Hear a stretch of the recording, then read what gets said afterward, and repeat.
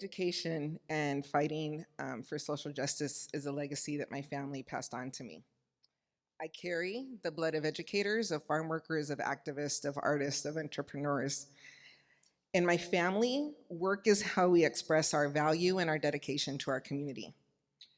Because we're talking about work and money, I want to throw some numbers at you.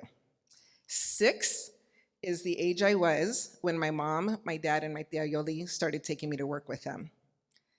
3 is the number of years it took me to finish my associate's degree at Southwestern College, and 4 years to finish my bachelor's and my teaching credential at San Diego State. 10 is the number of credit cards that Daniel and I pay every single month. 13 is the age when I earned my first official paycheck, and 13 is also the number of grade levels I've worked with as a teacher, assistant principal, principal, and district leader. 19 was my age when my eldest daughter, Camerina, was born, 21 with Emilia, and 31 with Sofia, and 42 when my Luna, my granddaughter, was born. 21 is the number of years I spent as an educator. 25 was my age when I started teaching. 12,000 is a rough estimate of the number of students who I've worked with since my career began. 9,690 is my approximate credit card debt. $122,874 is the amount of money that I made last year. 7 million is another rough estimate of the amount of money that I've acquired through grant writing to serve our most deserving students in San Diego County. And 0 is the amount of money in my savings account on June 30th of this year when I decided to leave education and embrace a new life as a consultant and entrepreneur. So what do these numbers say about me? To me, these numbers tell me that security and taking care of my girls was crucial to me. They tell me that I know how to work hard and that I know how to create resources. They tell me that I know how to make money, but I don't know shit about managing it. These numbers also tell me that I'm pretty damn ballsy or suffer from overconfidence, thinking that I can move out on my own, away from the system of security that I've been in with a mountain of debt and 0 savings. But because I know myself, I know that there's a reason why I was willing to make the change. And for that reason, I want to unpack it with you tonight. So this opportunity has been phenomenal for me because there were things that I did not realize. I didn't realize just how ingrained work is for me. It took me doing this exercise to realize that my family basically had kids so that we could work for them. Child labor was free and plentiful.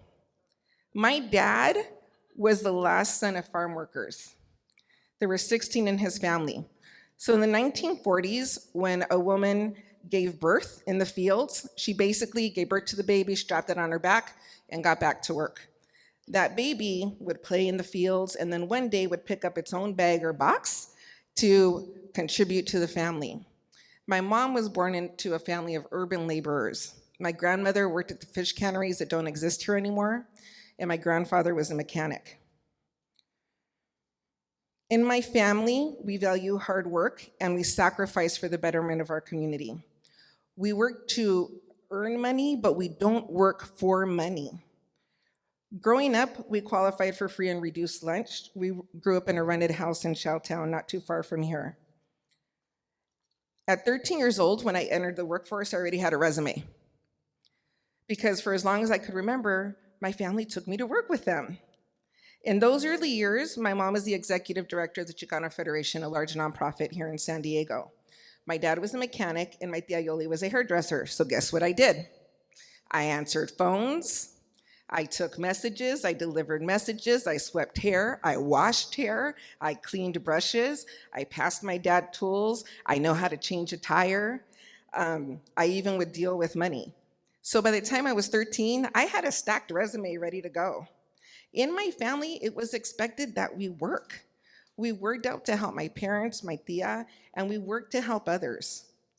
My parents both earned master's degree. At some point, they both went into education. And I remember spending a large part of my childhood in an orphanage in Mexico with my tia. And I remember around this time of year, my mom and my aunt would go to Our Lady of Guadalupe talk to Father Brown, and get the names of families that needed food. In my family, we work to support our community and to make our world better. A few weeks ago, I visited my first elementary school, and I totally forgot that I was a dumpster diver. So at 6 years old, I used to go dumpster diving with my friends, and we would get reams of worksheets.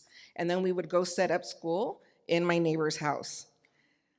And I loved it when it was my turn to be the teacher.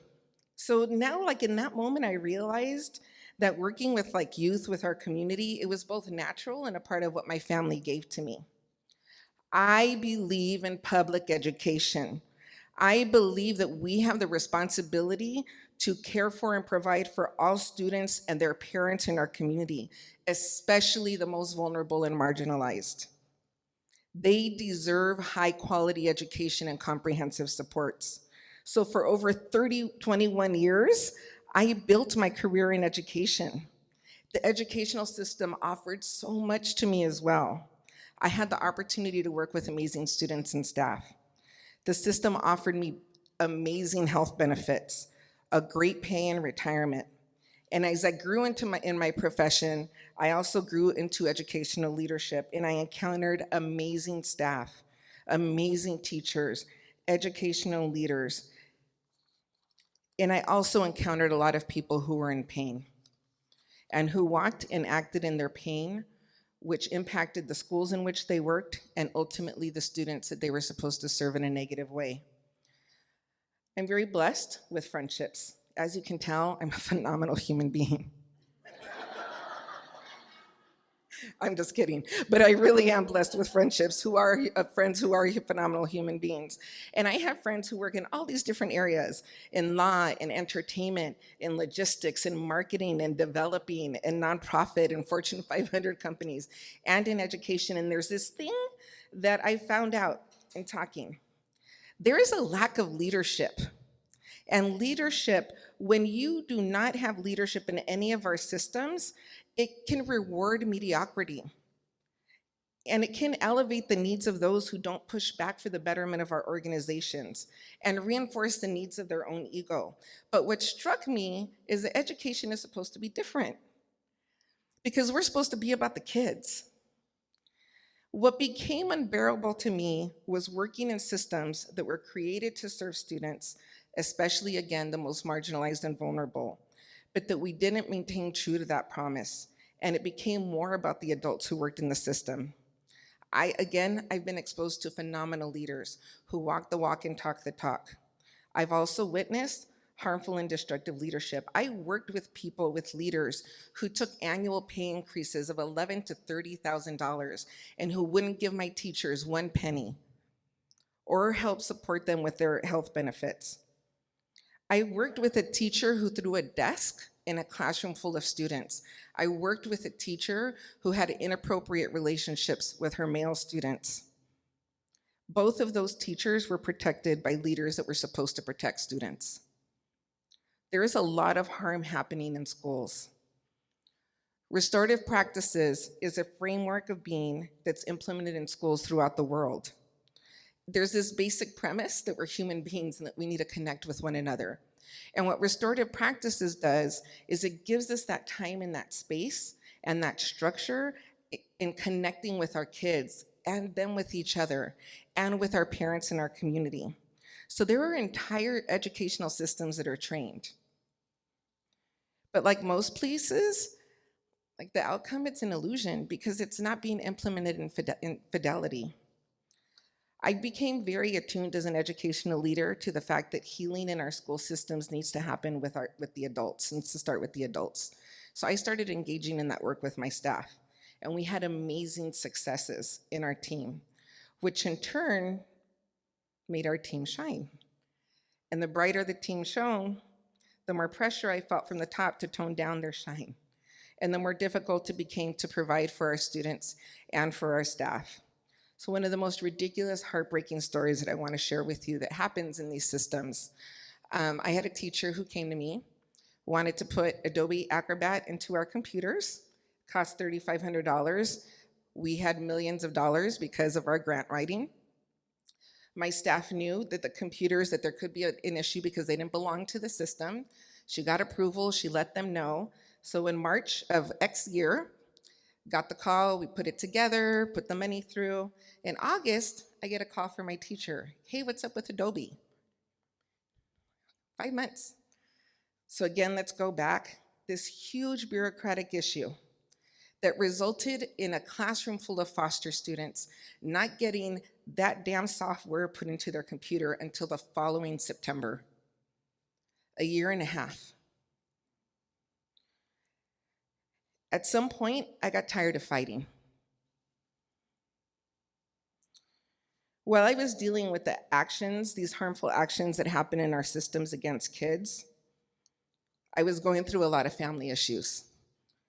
And some family things that resulted in the truest heartbreak that I've ever had, to the point that I was almost broken. But what happened is, in the break, is like my ego sloughed off, my shit came off, and all that was left was me. So that's all I had. And I realized that I could no longer be and work in an environment that just didn't make sense for my well-being. And once I uncovered like essentially who I am in this world, it didn't make sense to continue to fight in a system that wasn't allowing me to win and wasn't allowing our kids to win.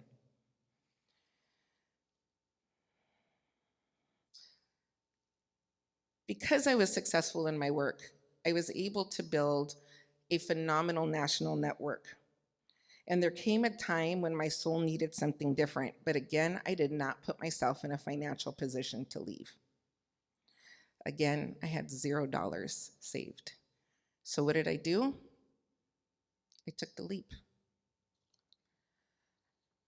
I realized that my life is too short to stay in work that made me miserable. I had bought that idea of the golden handcuffs. You know the ones? You guys heard those golden handcuffs that make you feel safe and secure because you're making 6 figures? You have a great retirement system, great health benefits, and so you feel like you can't leave and you're tied in because if anything were to happen in the system, you would have rights to a job. And I made the decision I just can't do it anymore. And when I was in the middle of it, I got scared. Like, am I gonna be able to do this? Am I gonna be able to leave? What if I don't get the jobs that I think that I can get? What if the people that are telling me, yes, we wanna hire you, we wanna work with you, what if they don't follow through? And it was my really beautiful friend, Ginger Hitsky, who told me something that continues to inspire me. And she told me, I cannot wait for you to meet the woman that you are going to become. She was like, that badass entrepreneur is gonna kick ass and take names. I cannot wait for you to meet her. I've been gone from the system for almost 5 months, and I am engaged in amazing work. I work with a beautiful publisher as a director of culture and community. I get to read books through my lens of cultural competency and awareness and talk with authors about their implicit bias that they're not even aware of. I've led restorative practice trainings in schools. I've guided nonprofits and other systems through systemic planning, through strategic planning. I get to guide educators through the work of equity and dignity. I love my work and I love the hustle. It's been 5 months and I've secured close to $100,000 in contracts with organizations throughout the country. We're addressing our debt and I'm spending even more time with my family. Time that I would never had before. For any of you that are in the struggle, I want you to know, and I also cannot wait to meet that person that you are about to become, because we're all badasses. Thank you.